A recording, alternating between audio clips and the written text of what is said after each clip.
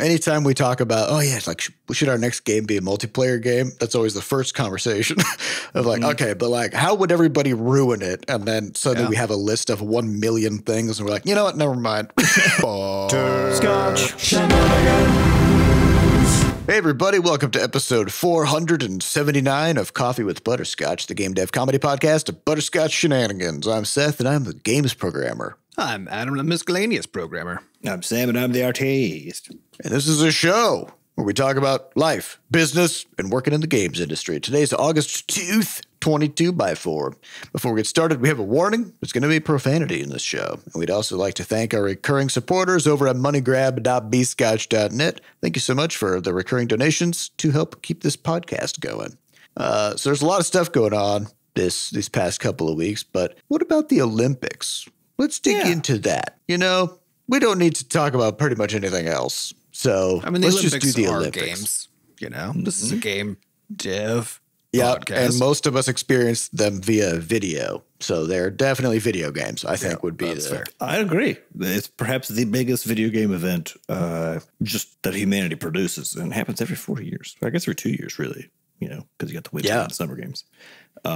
It used to be a board game back in ancient Greece, you know, but now it's a video game. So. Board game because you had to wait between all the events. It was really boring. Yeah, very boring. Everybody was bored.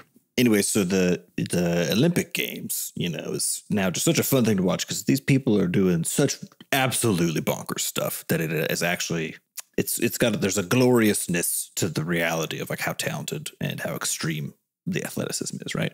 But the one thing that I saw that I want to talk about was the pommel horse guy.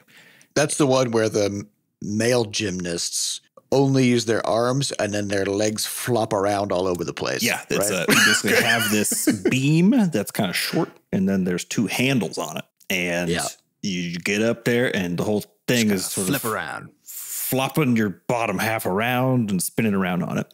And the reason I want to talk about it is because there's this meme that came out of it, which is actually just called Pommel Horse Guy, because so this is the first time that the men's team has like won an Olympic medal in a while. And they ended up getting bronze, I think, at the show.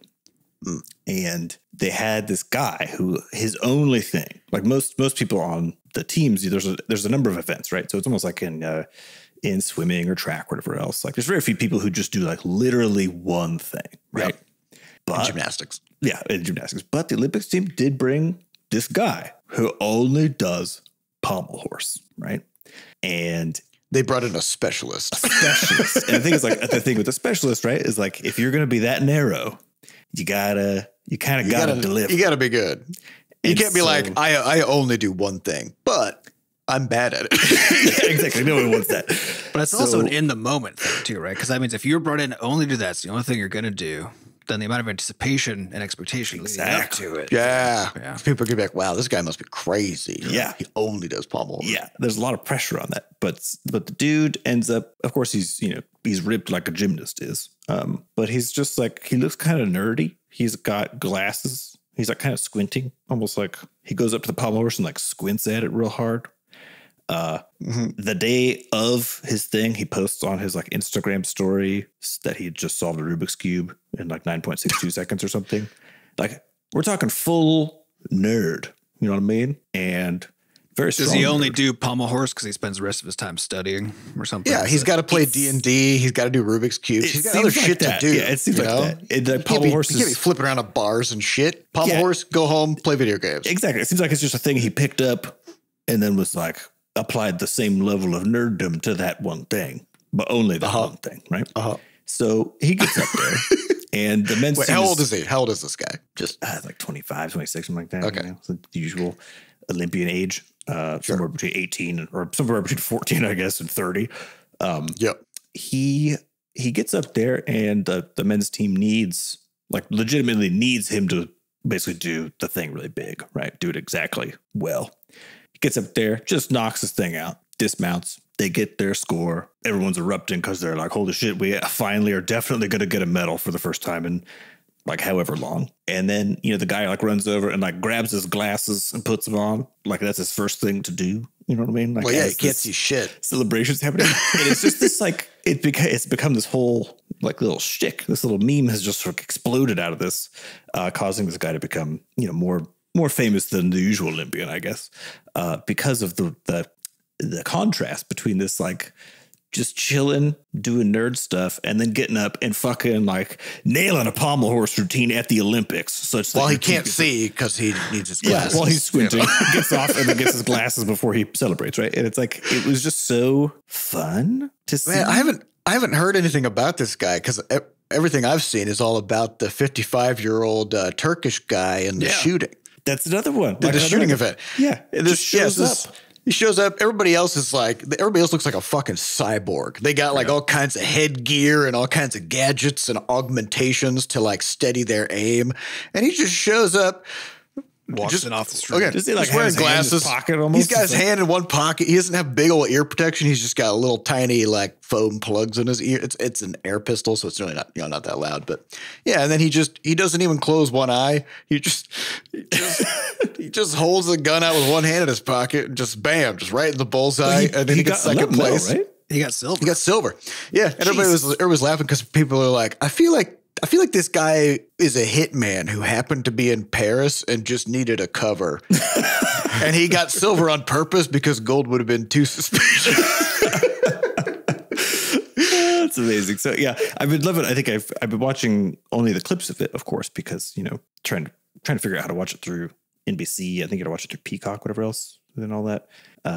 Because they had the rights to all the Olympics coverage stuff. I had a comedic experience though, which I went to watch the opening kind of a few days after, and I started it and then paused it. And you have like a 30-minute trial for Peacock, just like by kind of booting up the website, essentially. Okay. I paused, went and ate lunch or something, and came back. Used up that 30 minutes. They were like, yours expired. And I was like, I wasn't watching anything. What do you mean?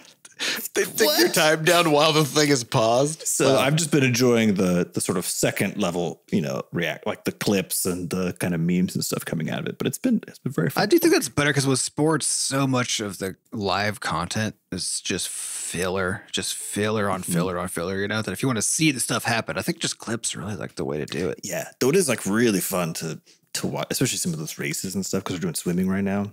Yeah. Some of that, like, oh man, yeah. What's her name? Ledecky or something? Ledecky, Katie.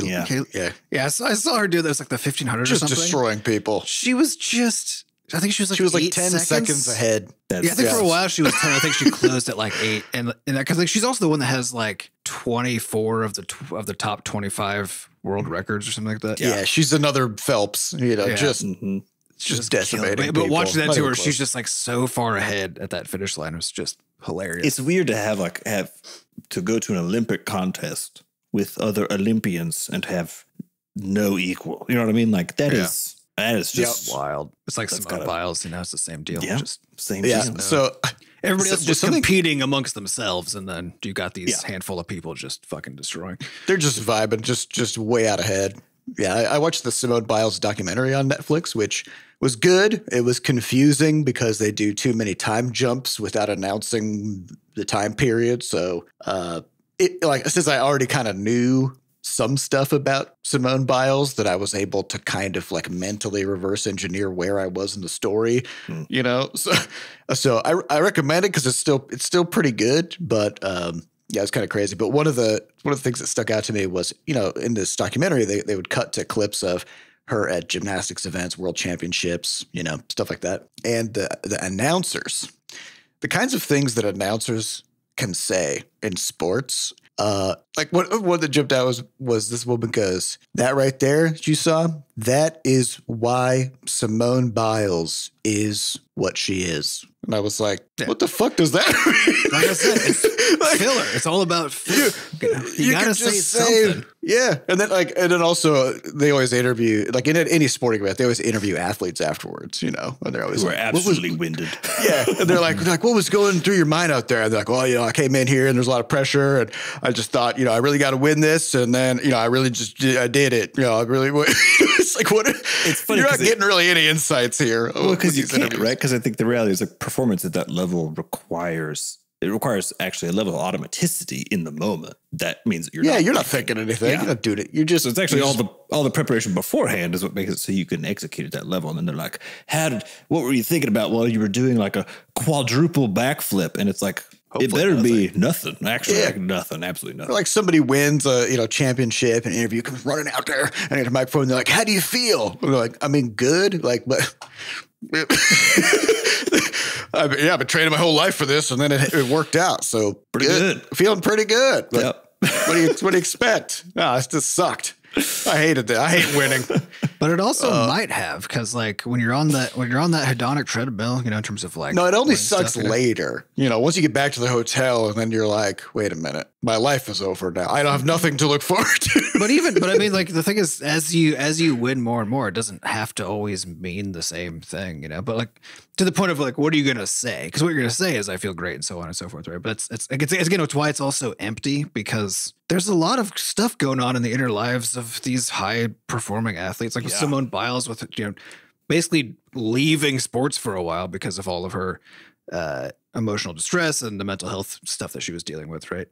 And they're not supposed to talk about any of that, right? And so as far as we can tell, because it makes sense that you won the thing, that you must just feel amazing, right? I would love to see like a pretty extreme level of vulnerability from someone right after that that makes the interviewer a little uncomfortable. But like, honestly, this training and like dealing with people on the internet has been kind of the worst thing that I've gone through, but I've stuck it out because like I really care about this. Because I'm too deep, I also, can't get out. Too deep, It's kind of like, what else are you gonna do? That reminds me though. What I do, like in the Simone Biles documentary in particular, but it's something you kind of hear in general, right?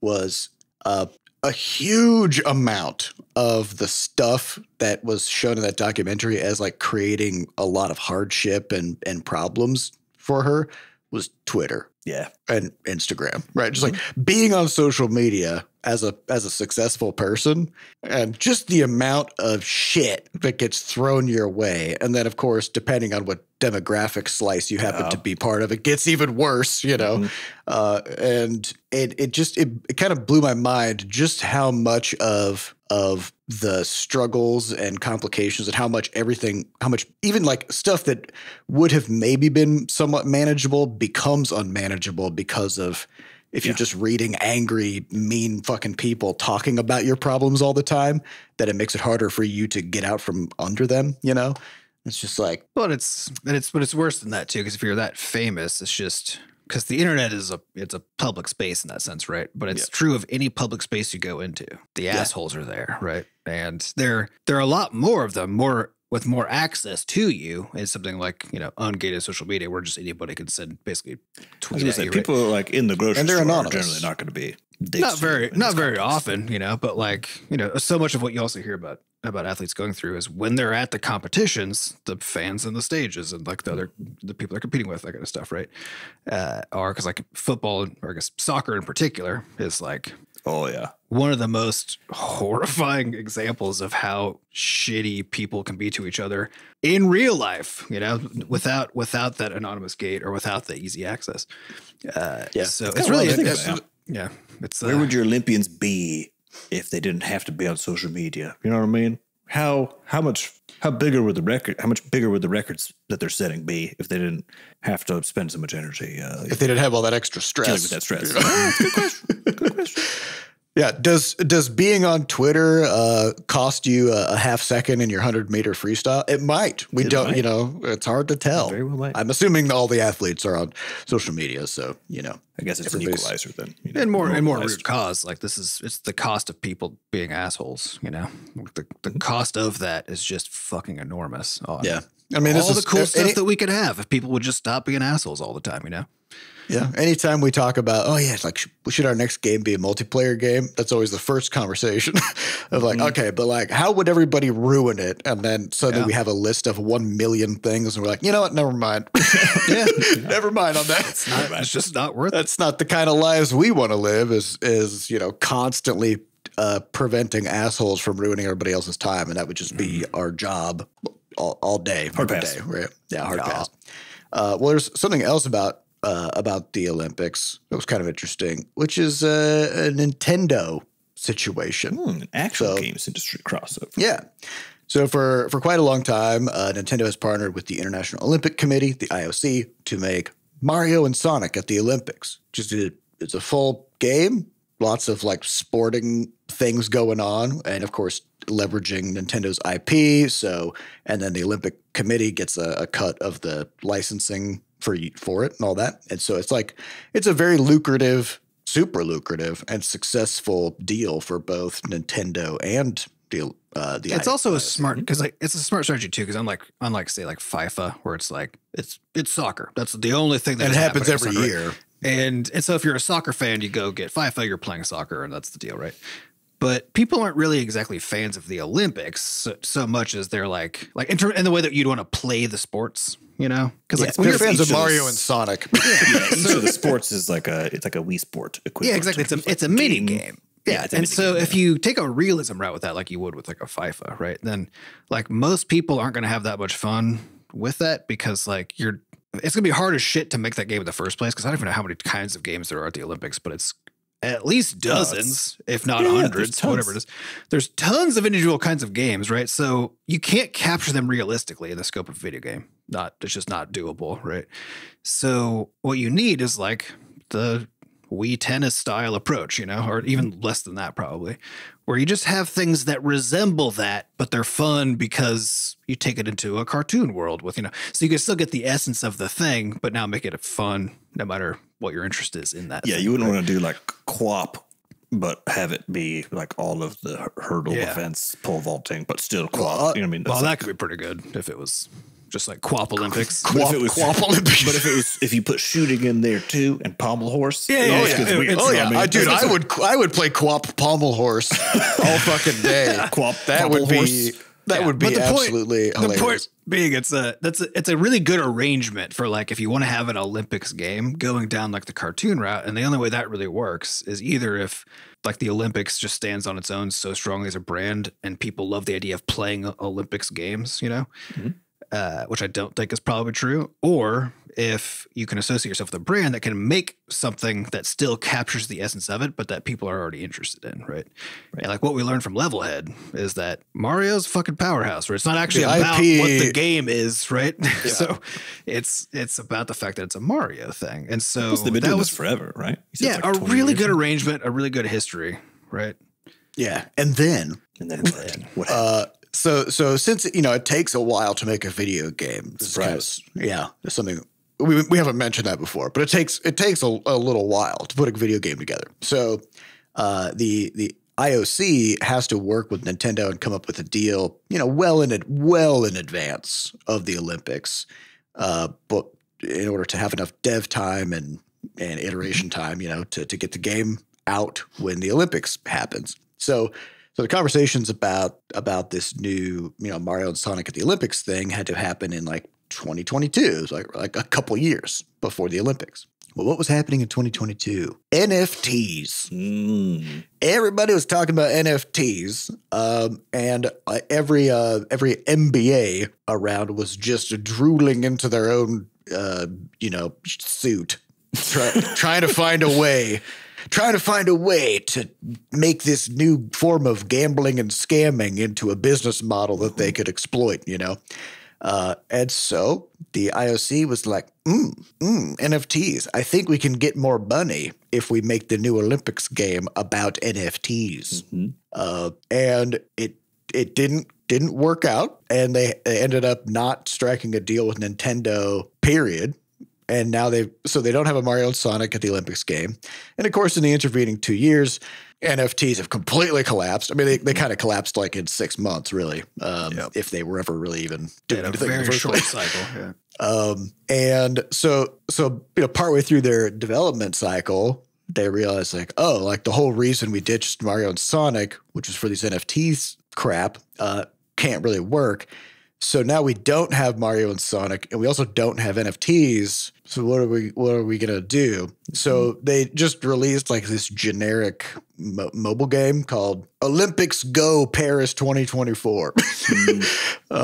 Which, here's the thing, it might be good. Like it has 4.2 stars on Google Play. That's pretty good, actually, for a It's pretty good. game, yeah. It's got somewhere between 100 and 500,000 downloads on Google Play. It's free, so I don't, for a free game, those numbers they're fine. Not impressive, but not really going to make any money off of it. You'd expect more than that for the Olympics, that everybody in the world watches. Yeah. Yep. But it doesn't have Mario, though. That's the problem. Yeah, it doesn't have Mario. So it's just like, you look at the screenshots and stuff, and it's almost like Fortnite visual style of like characters and stuff. That probably works pretty good, Yeah. But that's what ended up happening. So that now, and the thing is, like with a free game like this, you're only going to have like 1 to 2% of your players ever spending any money at all, right? And then you'll have your whales, your like 0.1%, your 1 in 1,000 players who will drop their whole life savings, and so like their download numbers on it are not even remotely close enough for them to have like made money back, especially compared to what they had to give up by not doing the Mario and Sonic thing. Yeah. So I think this actually reminds me a lot of when we went to GDC, and I think it was like 2017, and the VR stuff. Yeah, and every indie we talked to was like, yeah, we ditched our old stuff and we're making a VR game now. And it's like, it takes time to make a game. And all of the new indies were going, like the people that are fresh out of school or like going into dev for the first time, were going first into VR. Like that was what they were diving right into. Yeah. And it's like, no matter how you slice it on paper, the market for that is like 1/1000th the size of any other thing that you do as a game dev, right? And everybody was banking on, just like with the NFT stuff, right? Like NFTs will go up in value if they keep getting traded. Yes. Right. It's like a stock, right? Like it doesn't do anything for you to have it, but as long as it is agreed upon, So as long as people are buying and selling, the price is there. NFTs are worse than that though, because each one is completely standalone, and so the value of your NFT has nothing to do with so if you bought one of those dumb monkey pictures, right? Like the value of all of those, like they're not interchangeable. Like one of them may sell for like $3 million and then another one sells for 30 cents. Right. And so like the whole thing kind of collapses. And so kind of just like the VR stuff where like people were assuming that because there was some initial hype around it, that there was just going to be this like hockey stick vertical trajectory where just everybody's going to be getting into VR and you got to get in on the ground floor, right? Just like the NFTs or whatever else. And so a lot of people did get in on the ground floor, and it turns out that was the only floor. Yep. And then they had to get back on. And go back. Back to, well, and I always wonder for those things too, is how many, because Seth and I went to a Steam event in 2017 or 2018. Yeah. Which was a really cool event, but it was all focused, like everything that they gave talks about, all the people they highlighted and stuff, right? It was like half VR, which is a huge fraction given how unpopular of a platform it is. And we were like, sitting amongst all the people, like waiting for a talk. I'll sit next to one of the developers of Rocket League and these people who are making like these higher end 3D games. Yeah. So we're sitting, amongst people but almost anybody we would turn to like introduce ourselves and say hi. It was like, oh yeah, I'm a first time developer making a VR game. It was like across the board. So it makes me like wonder now here, 6 years later, whatever, how many of those people just got chewed up and spat out, right? Yeah, I mean all of them. Just about all of them. They would have had to have had some the industry way at large, right? Wait, but this is the cost problem of these things, though, of how this industry works, but more generally how like tech hype cycles work, right? When one of these tech bubbles starts up, that's doomed to failure because most of them are, just practically speaking, that's what's going to happen, But people buy in really aggressively, then a huge number of people, because like. It's really hard. Like as we say all the time, like the key is just surviving long enough to get to continue surviving, right? Which you don't have very much control over. But if you're lucky, you survive a little bit longer, and that makes it more likely you get to keep surviving and so on, right? But it only takes one thing going wrong to just like knock you off the train, right? And for the most part, people that now you're like in the job market trying to find jobs, especially these days right now, it's impossible, or you're trying to start your own thing at that point, which is also basically impossible, right? And so then people leave the industry because you just get knocked off the train. And so the thing that like makes me the most mad about all this was at the time how hard Steam was pushing, trying to get all the platforms do it all the time for like the newest thing, you know, whatever it is they just aggressively push it on the developers, the people actually taking the meaningful risk, right? Who can't, because, you know, we're not Valve. We don't have a war chest of $100 billion or the fuck they've got over there, right? So all the developers that are taking on the risk, like any one of them can't survive the risk if it doesn't pay off. And most of the things don't pay off. And when they don't survive, most people in an industry as volatile as the games industry and is like rife with abuse and low pay and all these kinds of things, right? Like people don't come back once they leave, right? So we just have this constant treadmill that's basically like pushed from the top down of like, hey, here's the next hype thing, you know, and NFTs were that, you know, blockchain in general was that. And you can see it in these things, right? And of course, like Nintendo's going to be fine, so it doesn't really matter there, right? But it did matter a lot for all the smaller entities who went through the same process, right? Of not being able to get funding because they didn't do NFTs or doing NFTs to get funding and then having that flop, you know, they're just gone now. And I do think there's an interesting thing, though, which is like, so in the case of, not in the case of the NFT stuff, because it's a whole other can of worms, but in the case of VR, which is like, it's basically the case that there is a market for it. It's just very, very small. It's not big enough, yeah. And so, well, I guess it's all a scale thing, right? Which is like, if your team is delivering something, you know, that it basically is appropriately scaled for the scale of the potential upside and downside of that like market entry, then you do have some people who have entered the space and more or less like kind of, you know, they've won, right? There are some VR games that have like quite a bit of people who've purchased them, whatever else on Steam in particular. It's if you can capture that sort of entire tiny market, right? Yeah, so, and so I think that's a hard thing to pull off. It's a hard one to pull off, and that's kind of the risky bit of it, right? So you basically have to have you essentially have to have a very small, almost like an indie team, right? In order to make making a VR game make sense. But that's also like the riskiest place to be making a game just in that context, right? So there's always this business, you got to do your strategy thing. I think the problem is like, it didn't feel like people were approaching it from a like, yeah, we understand the market's small. And so we need to like basically ship something quickly and see if it delivers and then blah, blah. It was just like, it's going to be big. Yeah, exactly.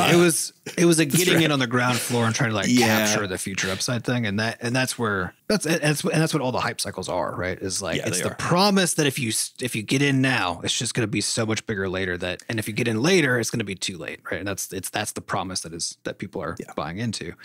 Everybody's looking for the next blue ocean, right? Yeah, and sometimes that's true, you know, like with Bitcoin specifically, that was true. Actually, I mean, with crypto in general, that was true until the market collapsed, right?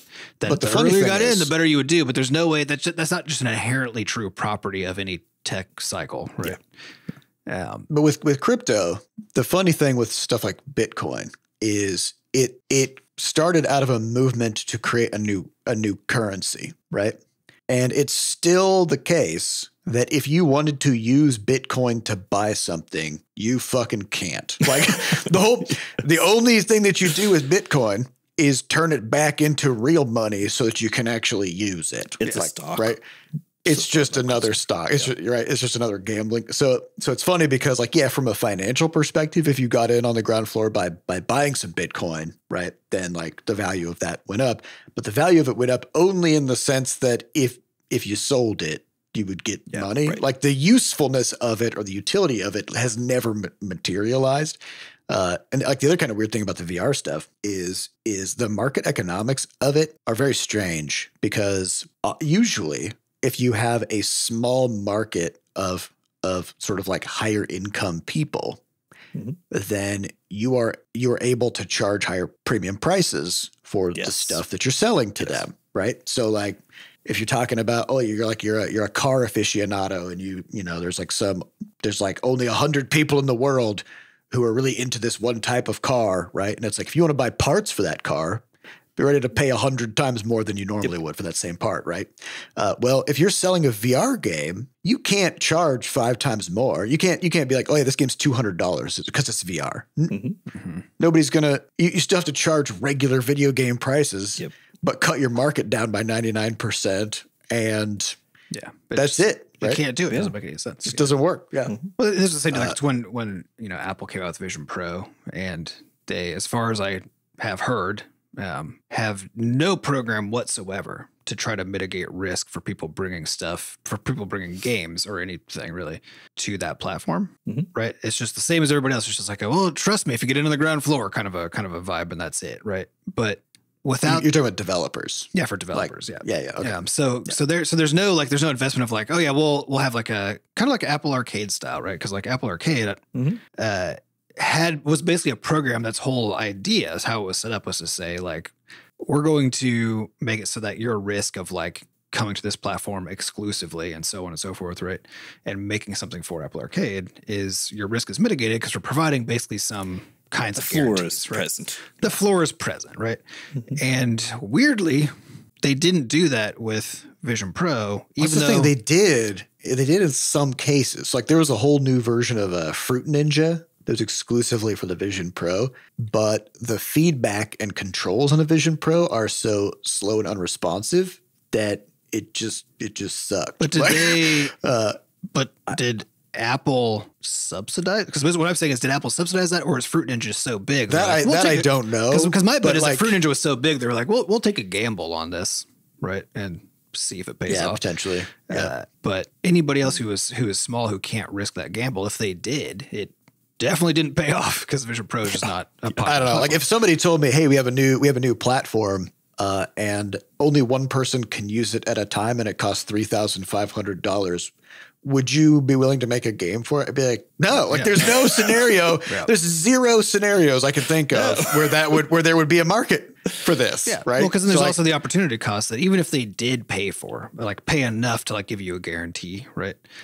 The whole time you spent doing that, you weren't making a game that could have gone into a larger market, right? Or even necessarily developing the particulars of a skill set necessary to build a game for an actual market. You know what I mean? Like that's always the tricky part with like contract based work, is that you always run the risk of like essentially building skills toward your own extinction in a weird way, where it's like, oh yeah, we got paid to do this VR game for this Google product back then we got paid to do this VR game for like an Apple Vision Pro or something. But if at the end of the day, the only way that your company can stay afloat is by getting paid directly to make stuff for essentially non-full market platforms, then like, oh man, the second that there's a gap in that because they've given up on it or whatever else, then you're toast. Which is inevitable. It's what always happens. Yep. Yeah. So I think strategically that was what was so sad about it, because it's like I'm fine with people being like eyes wide open, like, yeah, we know there's not like much of a market there currently, but we're doing all these things so that given the market size, we can actually be super successful there, which is like, it's like actually a good strategy, right? If you're approaching that in that way. But if you're just like, that doesn't happen, it's going to be big. I don't know, dude. Like everybody's banking on what they think is going to happen later. You know, like you see the same kind of stuff with AI. Like it was so interesting with generative AI starting to appear, even like in the earlier days of ChatGPT and whatever. People trying to figure out ways to make fully interactable NPCs in video games using these things, right? And they're like, if we can crack this, then we will have like the most crazy immersive game ever, and like it'll just sell like hotcakes, right? But there's so many issues with that, let alone like the fact that you need API tokens and you need to be making like server requests to these AI services, which you don't control. Like they can change how the models function at any time or out from stop underneath working. your game. Change the or they price. could just stop working. Yeah. Yep. Pricing structure. Then on top of that, the idea of like walking up to an NPC in Skyrim and then like having a fake conversation about how their day's going and like how their daughter's doing or whatever, and like none of that stuff is real, it doesn't materialize in a meaningful way. It doesn't change anything in the game, and it's all just hallucinatory. But also when you're in these imaginary contexts, right? Because we're thinking about like working on Crashlands 2, right? There's so much lore that we haven't decided on because we haven't strictly had to. Because we've made a fake universe, right? There's no end of like the lore that we could put in there, right? Leave stuff open-ended. Yeah, and so we keep it open-ended on purpose, and then we answer questions when we feel like we need to now, and that's it. But even those we have to keep careful track of to make sure that things are being consistent and all that kind of stuff, right? And we have to have all these conversations with each other before one of us just sets off and is like, oh yeah, I just invented a new kind of thing, like whatever in our universe, right? There's a collaboration first to be like, okay, what are the implications of us doing that? Is that fine? Does that violate some other thing that's already in this universe that somebody forgot about, whatever, right? That's why all this shit is so hard. And that's also why it has to be a design experience. Like it has to be integrated and decided upon. Yeah, because turning it over to an AI model, even a really good one, would be the same as turning it over to a single person just live in the moment doing their best, right? Right, it would be the same. And now, and as soon as we've done that, now they're basically inventing lore for this context. And if every single player is getting different lore invented, right? Yeah, it's lore that doesn't pay off. It's like if you talk to somebody in an inn in Skyrim, and then you get into a conversation with them, and they're like, yeah, I had to flee the mountains because my family was attacked by bandits, and you're like, oh, are they still there? And they're like, yeah, they're up there. They ransacked my house, right? And then you go and you're like, which direction? And they'll just make up a direction. Yeah, like, it's to the west, right? You go to the west. There's not even a fucking mountain over there. Or there is a mountain and there's no bandits. Or, as soon as it happens once, you're like, oh, right. None of this is means anything. It's recognized what the actual, again, like what the actual use case would be for this thing. And I think there's an interesting product I saw coming out soon, I think, which is it's like a pendant that has an AI in it. But instead of doing everything everyone else is trying to do, where they're like, it actually does functional things for you. They're like, it's just to talk to it. That's it. Which is all that's all it's ever been able to do. Yeah, because actually, if you're let's not pretend. If you just, I think call it like friendly or friend or something like that. If it's like, that's really all you can do with it. Because as soon as it gets into a context where you need it to say something highly accurate about, I don't know, whatever. Anything, really. Yeah, then you run too many risks of it just not, and then everything going poorly. Yeah, right? So I even saw like I think it was the Humane AI pin or one of these things. They were dangerously talking about it as being something that blind people could use to get information about stuff like, is it safe to cross the street? Oh God, no. And I'm like, don't. All right, here's the thing. In the long run, yeah, that's the kind of thing that something like this would be great to have for it, right?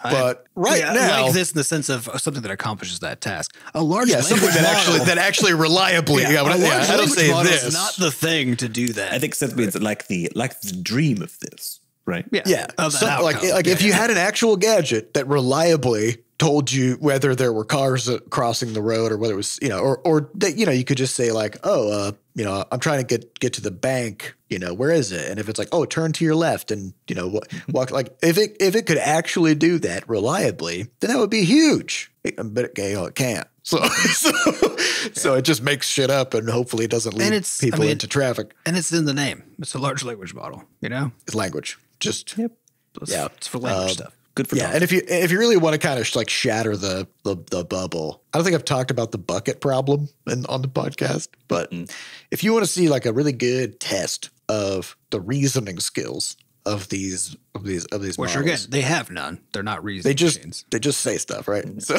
So if you just say to it something that sounds like a brain teaser, but is actually just a really fucking simple problem, where if you say, all right, I have a 5-gallon bucket and a 2-gallon bucket. How would I use these 2 buckets to measure out 7 gallons of water? Yeah. Now, as a normal human, you'd just be like, fill them both up. Just fill the buckets. Yep. Just fill them. And now you have 7 gallons. But the convoluted bullshit that an LLM will come up with to try to figure out how to solve this crazy complicated problem. And it ended with, and now you have 7 gallons in the 5-gallon bucket. So, So if you want to kind of shatter your illusion of like what's really going on behind the scenes of these things, just ask them questions like that, where it's like, it looks like a brain teaser. It's the kind of question that you get asked as a brain teaser, right? Like, oh, you have like, it's like the wolf and the cabbage and the boat problem, right? But if it's not actually a brain teaser and just framed like one, the AI will still go through a series of convoluted steps as if it's a real challenging problem and never get the right answer. Yeah, it's pretty amusing to see. Like just the backflips it's doing. You're like, wow, this is completely grossly unnecessary. It's like paragraphs. Yeah, but it does, but it has the shape of what a brain teaser solution would look like, right? Because so its answer has, the question is shaped like a brain teaser and the answer is shaped like a brain teaser answer. If anything, one of the things we talked about on the podcast a lot is how the question that you've asked about something, the question contains the answer, right? Which means that oftentimes the problem you have is not related to finding an answer so much as finding the question you need to be asking. I think this kind of an experience with an LLM, if anything, just sort of illustrates perfectly that kind of a problem, right? Which is like if you give it a very simple math problem, but that is shaped like a brain teaser, then it's like, this is a brain teaser. And it's funny because like we make fun of them, of course, for being so dumb. But at the same time, you see we do the same thing. Yeah, strategically, we see things like this where you're just asking, you're spending a lot of time answering a question that is actually just not even what needs to be, it's not even the question that needs to be asked, or it's an interpretation of the question. People also focus on the shape, right? Because the idea here is to really actually solve something, you have to do that process of first backing up and being like, okay, what are we trying to do here? Why? Like, how does this thing like actually work as a question? And then you move back forward again from there, right? Because as a person, if you read that initial question that you fed the LLM, right, then you'd read it and be like, oh, this is a weird, like, this looks like somebody's trying to trick me, is what you would, because that's how you read it. If I get a question like that, I always ask, like, well, what are you trying to do? Because, like, if you're asking me a question that's that specific, but I don't know the context, then I want some information of, like, why do you need 7 gallons? Like, what's going on here? Yeah, but it also, because of how it's written, where, like, the answer looks obvious, then it sounds like a trick, right? And so, and that's a hard thing for people to also just figure out how to deal with, right? Because some people will read it and be like, oh, this is because there are definitely people out there who will read that first also the same way the LLM did, right? And be like, oh, this must be some kind of a brain teaser, even though it looks like some kind of, because the information is coded in the shape of that, in the sense that like, if it looks like a trick, then you might be like, I mean, I think the answer is just to fill the buckets, but that can't be right because of how weirdly you're asking me this question. But I think what's so funny about that is, as a person, you can identify it as a trick rather than just something shaped like a riddle, right? Well, I think sometimes you can. I think in the case of, not like, always, again, asking these broader questions about how you're going to bunch of work, whatever you're making, oftentimes you don't realize that you've kind of set yourself up in the same way where you've set framed yourself up something for failure.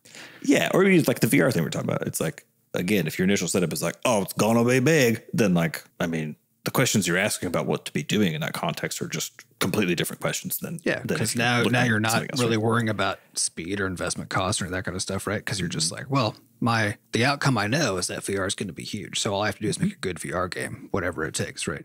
Rather than saying we don't know if it's going to be huge. The fact that it isn't yet is sort of your indicator that it's not going to be, right?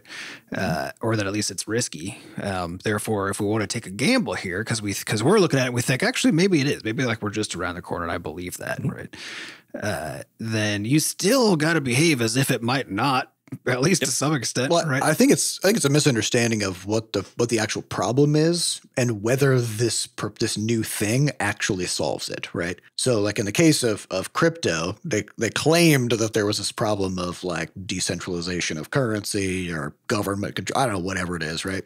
And it's like, all right, even if you accept that that's a real problem, which most people don't give a shit about, actually, does this solve it? And I think in that case, it's like, okay, well, it's kind of a non-problem, which doesn't get solved by this thing, right? And the same thing like with VR, it's like, okay, how many people want that experience? And it's actually not that many, it turns out. And of those who want it, how many can have it, either for financial reasons, how many can afford it, just because of the health experience of doing it, right? Because it makes it gives you headaches and motion sickness or whatever, right? And then okay, given that you think that there's some section of people who have an intense desire for this, right? Does the current state of VR actually get us there? And if not, how far away do we think we are? You know, like what does it actually take? Because I'm even thinking about, people are talking about like AR glasses and stuff like that, which again, like people have been talking about for 20 years. And I can't help but think, like, do I really want to just always have some kind of shit in my eye? No. Like, as I'm walking around, like, it's the sort of thing where, like, in certain contexts, the answer is like definitely yes, right? But in very specific contexts, even to me, like the VR stuff, it's like, do I want a VR experience? Like, yeah, it's cool. It'd be fun. That's Absolutely. cool. Yep. Sometimes, but definitely not. it's a novel. It's cool in the same way that a roller coaster is cool, right? Like, it's nice if I can, like, once every couple of years go experience it and be like, wow, that was cool. Right. But I don't need a roller coaster in my backyard. It's more of a novelty kind of a thing. Right. So the thing with AI is, like, I think that, I think people are correct in thinking that there's something here. There's like a nugget of something that can turn into something. Right. Like, there's so many missing pieces right now that it's just not really working that well, or not as useful as people would like.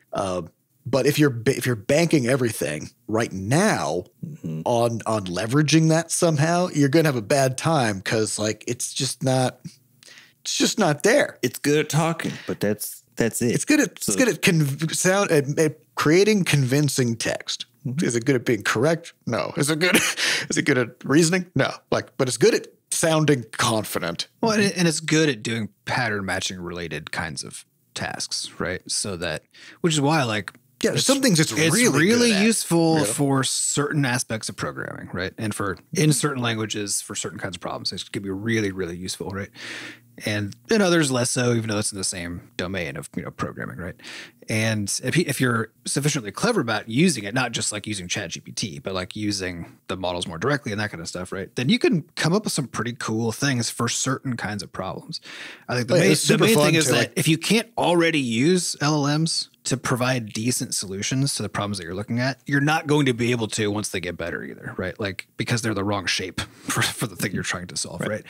If you found a way to actually meaningfully, usefully solve a problem in a way that doesn't just create new ones, right? Using LLMs today, like, that's going to just get cheaper and better, presumably, over time, right? So it's like your Copilot, and again, like, the reality to me is, like, so yesterday, for example, I was putting together a little auto hotkey script. Couldn't remember exactly. That was going to be interfacing with another program. Couldn't remember exactly how to do it. So I just opened ChatGPT and I was like, hey, I'm doing this thing. I need it shaped like this. And it was like, here you go, bloop. And then I was like, oh, could you actually, I know some more things about this than the fucking program knows. So it was like, oh, could you actually use this function instead? And it's like, oh, yeah, sure. Here you go. Boom. Yeah. If you forgot a bunch of stuff, but still know some things, right? Then it's perfect. If you're trying to interface two programs, right? Where you're like, I have this program and this program. People have done this before. The information definitely is out there, but I don't want to look it up and do all the fucking reasoning to tie it together. Can you just, like, do it for me? Yeah. Great for it. Or at least even a good starting point sometimes. Yeah. But I had this too, where I was like, we had a very weird problem where we got some internal apps, and only Seth had a really slow connection to them. Fucking weird. So as I was trying to diagnose that, I was like, and I have the best internet of anybody in the studio. Yeah, by a mile. Yeah. So there was like something weird going on, and likely somewhere in the network, between his device. So anyway, details don't matter. We're trying to troubleshoot it, and I was like, I needed Seth to, like, run some things on his computer, and then I was asking Sampy, who, since they live in the same house, to, like, also run some things to leave Seth alone more, But I was like, okay, well, I need to be able to, like, I can't ask you to run Linux commands, because, well, technically you can have Linux and Windows, and like I do for all my web dev stuff, It's like, Seth is not going to have that. Sampy's not going to have that. Getting all that set up is a non-trivial problem, And I just need to know, like, what's happening when you send a request to these websites. So I was like, well, I know how I would do this in Linux. So, like, let me just go ask ChatGPT, how just describe it. I'm trying to do this, but I'm in Windows. Like, what do I do? Right. And it's just like, oh yeah, here's the PowerShell command. Here's the arguments pass in, blah, blah, blah. And then it was, like, mostly right. It was right enough that I could, like, go from there and figure out the rest. Right. For that kind of stuff, super useful, giving you starting points, filling in some blanks, as long as you're dealing with a solved problem. Right. Yeah. Like, somebody else has solved it. Yeah. Because to me, there's something that kind of jumps out about the way that tech companies are talking about. Everybody's talking about their new AI models that are coming up. Right. But there's all of this conversation about the data problem where like they can't get enough data to train them. And I can't help but think like, you know, when I was in high school, I was able to write an essay about a topic without needing to consume the entirety of human knowledge first, right? So there's something. It probably wasn't a very good essay, though. To be it fair. wasn't that good, but that's because you have the reasoning layer, right? Yeah, the reasoning layer lets you be very, very loose with how much data you're actually pulling in. Yeah, because if you only have the pattern matching and then generative layers, right, where you can just like make things that look like things that you've seen, then yeah, you have to see all of it to make things. Right? Yeah. So like the way I kind of almost think about it is like I feel like what LLMs are is they're dreamers. There's like when you're sleeping and your brain is dreaming and it's just doing weird crap. Like it's just mixing stuff together that doesn't make sense. And it's kind of just like trying stuff.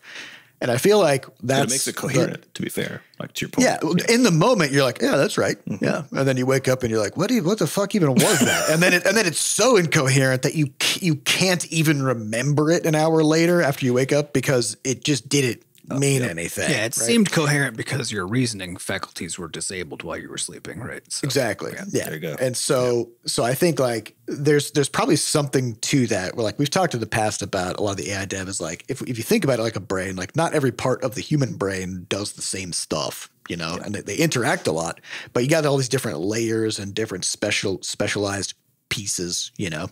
There's like a part of your brain that's like just processing vision, right? And like that's pretty much what it does. It's hooked up to other stuff too, but like that's its big job. And so I feel most like of his job is throwing data away, right?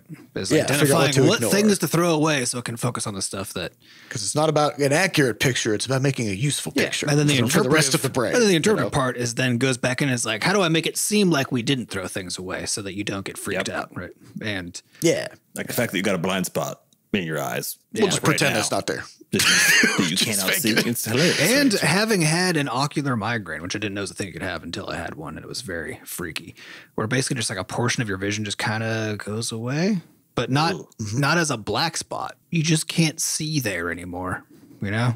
But it's like, seeing blackness is not the same as not seeing anything. It's not the same. It's basically, it's kind of as if like a part of the world shrinks. Not even that. It's like, because it's like the middle of it. Almost as if you like kind of pinched the world and like if the world was like a big piece of fabric, it was almost as if you just kind of like cinched the fabric up together in a spot. Weird. Because I could like put my hand up and it just wasn't there, but I could see though. Like I could see. You know what I mean? Because your brain was like, whoop, whoop, whoop, whoop, whoop. We got a little blind spot. Let's just it just kind of fills it squeeze that together. It's fucking or the fact that like your trippy peripheral vision is actually only in grayscale. Yeah. Doesn't look like it. My bad. And the fact, right now. And this one always like fucks me up every time I start thinking about it. The fact that like your vision stops at some point, you know, like as your peripheral vision, like you don't see that stuff anymore, right? You just have your field of view. But beyond that, there's not like blackness beyond that. You know what I mean? It's just that nothing. You just don't see anything over there. Yeah, you don't. So that's kind of like it doesn't exist. It's just like a. Yeah, there's just nothing over there. There's just nothing. Yeah, imagine like trying to like focus your attention to the far periphery of your vision until it disappears. Identifying that spot where it disappears, which you can't because it doesn't. It doesn't just happen. And you can't look at it because once you look at it, the periph has moved to a different location. You know. Yeah. But so even just that, just image processing in a way that's useful for thinking. Yes. Is a really weird problem that requires a lot of convoluted dumb shit to happen to just like make it always work in all situations. And a computer wouldn't need to do it the same way that our brains do, you know, like the and again, to your point about like in order to the whole purpose being like for navigation in a three-dimensional space or for reasoning or whatever else, the reality is it doesn't work perfectly. To Adam's exact point about like it's not. It works well enough. It works well enough to do the and job, that's it. Right? And I think that's the tricky bit with it is like you actually don't need the level of granularity like specific to like computers are necessarily capable of. Like we don't need that in order to be thinking about like how you're seeing a space or whatever else. But a lot of it is because it's sort of like it's happening in the background and then being destroyed and actively rebuilt as your perception, right? Sensation and perception are two separate things. And so it's a very tricky one to think about how you would even go about, migrating that into a robot or into like I think what has to happen is lots of different things have to happen in parallel and get integrated in layers. Like there's just different aspects of sensory perception technology that we don't have, or ways to think about reasoning and decision making in a way that can be abstracted, that can be handed off to a machine, right? Like we don't know how our own thoughts work, and we're trying to make something that sort of mimics that. So like we just have a lot of learning to do, and I think on some timeline, like we'll get there, and in the short term, there'll be a lot of interesting things popping up and experiments and research and whatever. I think, like if you're going to build your whole life around it right now, it's not the right time. It's going to be tough. Yeah, but it's also I think part of it is that there's not a there we're going to get to. There's going to be just a whole bunch of interesting things. Yeah, we'll just keep going down the path. But no, what I'm saying is there's not a the path, right? Because people talk about AI as if like the end point is general artificial intelligence, right? As if that's a thing, right? Mm-hmm. Right. Rather than what we're actually seeing right now, which is like if you even think about LLMs, there's like dozens, hundreds of different models that are already proliferation of intelligence, all with different capacity and slightly different structures, all with different ways of integrating with other tools, right? With more or less capability and so on. That then people are like tying together in different ways. Like we're not going to see a scenario where like all this coalesces into one thing that solves all problems. No, we're just going to see this people combining them in different ways. Yeah, it's going to get more complicated and more interesting and more diversified in terms of what's going on. And some of those things, I mean, if you think about it as like this whole sort of, because the final bit of it too is even once you have things that can really do a good job of like identifying stuff, reasoning, whatever, those are only useful if they then do something with that, whether that's now communicate with a person or like go do tasks automatically or whatever. But if you imagine like you're trying to imagine even like, my own vision is a good example of something that like doesn't work the way it ought to. Right. And I also like more so than even like kind of the joke average of when I'm trying to find something, I can't see it. So if I'm like, so I'll ask my wife constantly, like, where the fuck is what X, and I'm like, and I'm literally looking it's just right there, but I can't, I can't see it. Right. And if I had a tool that suffered like about that same amount, right, then we're both just not seeing things that's really helpful. But if it did see the thing and I was trying to use it as an assistive technology, right, it also has to somehow get me to be able to see it too, right? Yeah. How does it do? Does it just tell me? Does it just say it's right in front of you? Because that doesn't actually help because I know that. You're like, I know that. Does it? So, that's why I'm standing here. So does it need an arm so it can like point at it? Like what? Or is it glasses that puts like a little highlight on it? Yeah, but highlights it. And the point is there's no end to how interesting that layer can become, even once we have it. Because like right now we're looking at these like kind of base layer parts of just the computational part of like taking in the data, trying to convert that into something useful. But that's already, even if that gets really good, and it's not really good, but even if it gets really good, it's extremely limited by the interface portion of like, how do you actually meaningfully interact with it?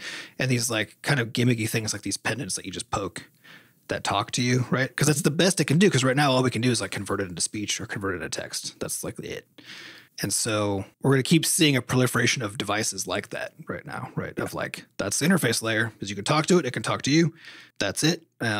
And the cool stuff is going to be once we have things besides just LLMs, and once we have interface layers besides just text and speech, we're going to start seeing really cool stuff. But again, it's going to be, I think there's just going to be, it's the same as tech already was, which is a constant proliferation of new weird stuff that mostly disappears after a while. But we pull be some from nugget the left ashes, a little bit of stuff that we can then recombine into something else.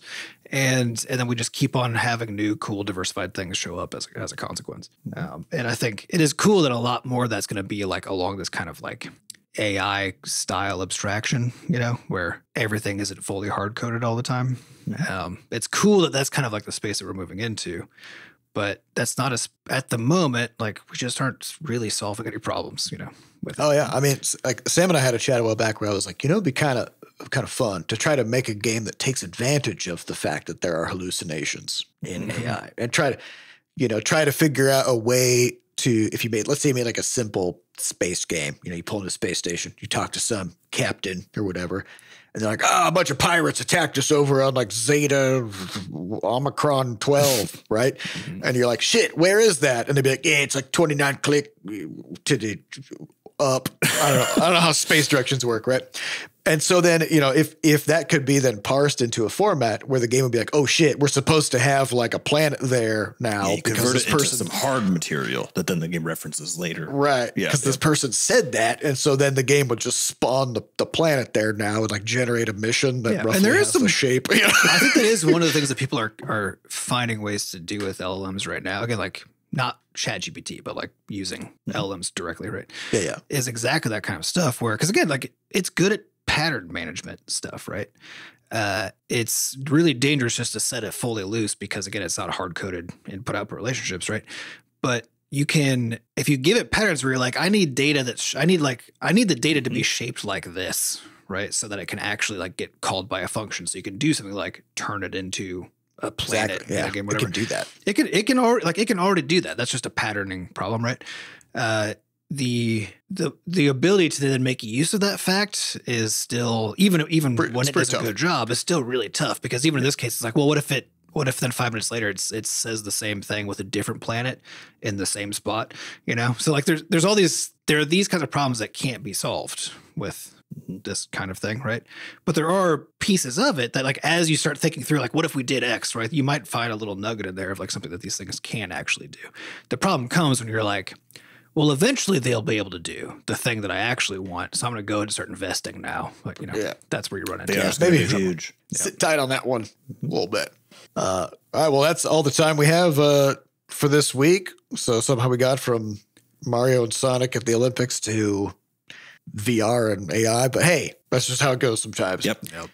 We'd like to thank our producers, Fat Bard and Samba DaCosta, for putting the podcast together. And thanks to our community moderators who keep our Discord running. To get more involved in the Butterscotch community, just go to podcast.bscotch.net, where we have links to the community Discord, a way for you to donate, and links to the podcast archives. And as always, if you haven't yet, head on over to Steam, give Crashlands 2 a wish list. It'll help boost the game on the charts and all that. And of course, you'll be notified when it launches, which is what you want. So definitely. we appreciate it. Thank you all for listening, and we'll see you next week. Goodbye.